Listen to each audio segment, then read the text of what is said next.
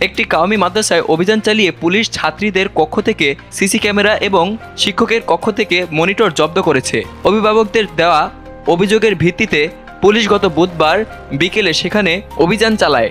এ সময় পুলিশ মাদ্রাসা থেকে 16টি CC camera সহ অন্যান্য যন্ত্র জব্দ করে নিয়ে যায়। এ বিষয়ে যশোরের অতিরিক্ত পুলিশ সুপার নিসাত আল নাহিয়ান বলেন, কওমি মাদ্রাসার 5 তলা ভবনের নিচতলায় 2 শিক্ষক থাকেন। উপরের 4টি তলায় আবাসিক থেকে মেয়েরা লেখাপড়া করে। মেয়েদের শোবার কক্ষে 2টি করে নাইট ভিশন ক্যামেরা স্থাপন করা ছিল। এই ক্যামেরার মনিটর শিক্ষকের কক্ষে ছিল। নারী পুলিশ সদস্য পাঠিয়ে এগুলো জব্দ করা হয়েছে।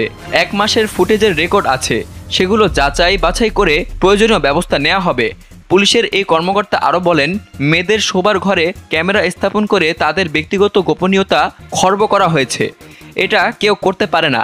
মাদ্রাসাটি ছাত্রীদের কক্ষে সিসি ক্যামেরা স্থাপনের ব্যাপারে এক অভিভাবক যশোরের পুলিশ সুপারের কাছে অভিযোগ করেন। অভিযোগের পরিপ্রেক্ষিতে গতকাল বিকেলে উপজেলা নির্বাহী কর্মকর্তা ইউএনও কাজী নাজিব হাসান এবং অতিরিক্ত পুলিশ সুপার নিসাত আল নাহিয়ানের নেতৃত্বে এই মাদ্রাসায় অভিযান চালানো হয়। এ সময় মাদ্রাসার শিক্ষক আবু তাহের 45 বছর বয়স। তাকে জিজ্ঞাসাবাদের জন্য পুলিশ নিয়ে যায়। যখনই ডাকা হবে তখনই হাজির হওয়ার শর্তে পরে আবু তাহেরকে ছেড়ে দেওয়া হয়।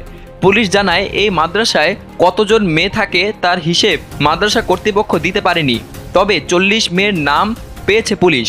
সংখ্যাটি 100 থেকে 150 হতে পারে।